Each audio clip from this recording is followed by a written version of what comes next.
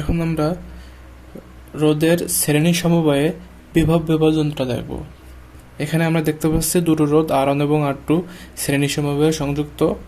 এখন আমরা আগে থেকেই জানি যখন দুইটি রোধ শ্রেণী সমবায়ে সংযুক্ত থাকে তখন তাদের প্রতিটি রোধের ভিতর দিয়ে একই পরিমাণ তড়িৎ প্রবাহিত হবে, কিন্তু প্রতিটি রোধের দুই প্রান্তের বিভব পার্থক্য ভিন্ন ভিন্ন হবে। এখানে লিখে রাখছি শ্রেণী সমবায়ে প্রতিটি রোধের ভিতর দিয়ে তড়িৎ প্রবাহ সমান, কিন্তু বিভব ভিন্ন ভিন্ন। তাহলে এখানে আমাদের R1 রোধের ভিতর দিয়ে I পরিমাণ তড়িৎ প্রবাহিত হলে R2 রোধের ভিতর দিয়েও I পরিমাণ তড়িৎ প্রবাহিত হবে, কিন্তু R1 রোধের দুই প্রান্তের ভোল্টেজ পার্থক্য V1 হলে I2 রোধের দুই প্রান্তের ভোল্টেজ পার্থক্য V2। এখান থেকে আমরা লিখতে পারি R1 রোধের জন্য I = V1/R1 এবং R2 রোধের জন্য I = V2/R2।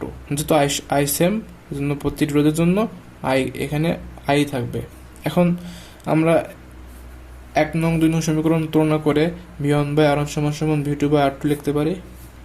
এখান থেকে আমরা V1 V2 এক পাশে নিলাম, R1 এক পাশে নিলাম।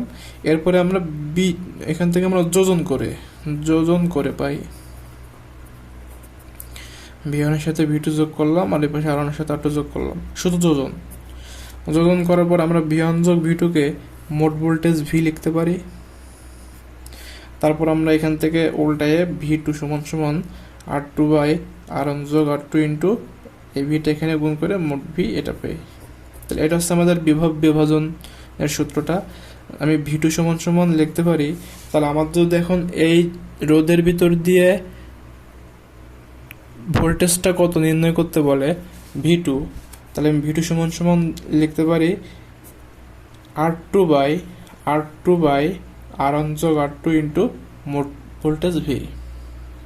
সেমভাবে যদি আমাদের R1 রোধের ভিতর দিয়ে যে ভোল্টেজটা V1 বের করতে বলে, তাহলে এখান থেকে আমি V1 = লিখতে পারবো R1/R1 যোগ R2 ইন্টু V।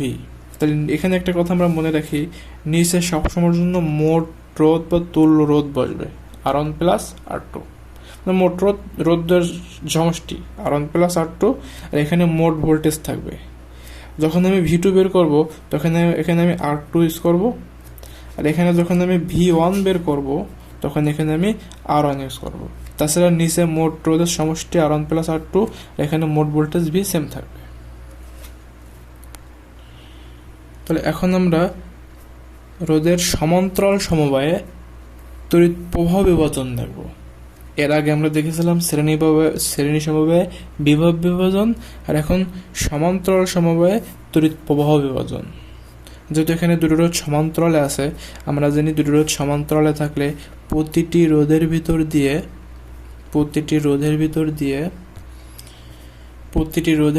দিয়ে বিভব সমান থাকে।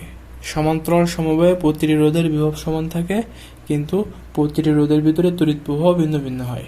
তাহলে এখানে যেহেতু আমাদের R1 রোধটা এবং R2 রোধটা সমান্তরালে যুক্ত, তাহলে R1 রোধের দুই প্রান্তের ভোল্টেজ যা হবে R2 রোধের দুই প্রান্তের ভোল্টেজটাও তাই। তাহলে R1 রোধের দুই প্রান্তের ভোল্টেজ যদি V হয়, তাহলে R2 রোধেরও দুই প্রান্তের ভোল্টেজ V। কিন্তু সমান্তরালে যুক্ত থাকার কারণে R1 রোধের ভিতর দিয়ে যে পরিমাণ তড়িৎ প্রবাহিত হবে R2 রোধের ভিতর দিয়ে একই পরিমাণ তড়িৎ প্রবাহিত হবে না, ভিন্ন ভিন্ন তড়িৎ প্রবাহিত হবে। ওকে, এখন এখান থেকে আমরা R1 রোধের জন্য লিখতে পারি V = I1R1 এবং R2 রোধের জন্য লিখতে পারি V = I2R2।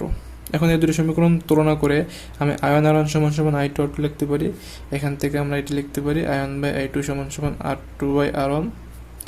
এখান থেকে আমরা আগের মতো করে যোজন করে I1 + I2 পরে নিচে I2 থাকবে, এখানে R1 + R2 পরে নিচে R1 থাকবে।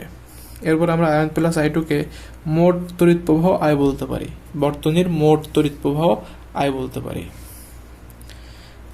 এরপর আমরা এখান থেকে I2 এর মানটা পাই I2 = R1/R1 + R2 ইন্টু মোট প্রবাহ I। তাহলে আমরা এখানে দেখতে পারি যখন আমাদের এই রোধের ভিতর দিয়ে তড়িৎ প্রবাহ নির্ণয় করতে বলবে, তখন আমরা নিচে মোট রোধ R1 + R2 ইন্টু এখানে মোট কারেন্ট I দেব। যখন আমি I2 বের করব, এখানে মোট কারেন্ট I এবং নিচে মোট রোধগুলোর সমষ্টি R1 + R2, এবং উপরে যেহেতু আমি I2 বের করব উপরে আমি R1 দেব। অনুরূপভাবে আমি বলতে পারি যখন আমি আয়ন বের করব এখানে মোট কারেন্ট আই এবং এখানে মোট রোধ R1 প্লাস R2 থাকবে, কিন্তু যখন আমি আয়ন বের করব তখন আমি I2 ইউজ করব।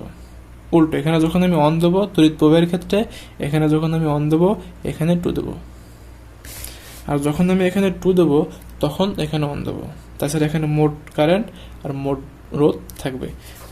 ভোল্টেজ বিভব বিভাজনের ক্ষেত্রে যখন আমি 2 দিছিলাম এখানে V2, এখানে আমি R2 দিছিলাম, আর যখন আমি V1 দিছিলাম এখানে আমি R1 দিছিলাম। এখানে মোট ভোল্টেজ আর মোট রোধ থাকবে।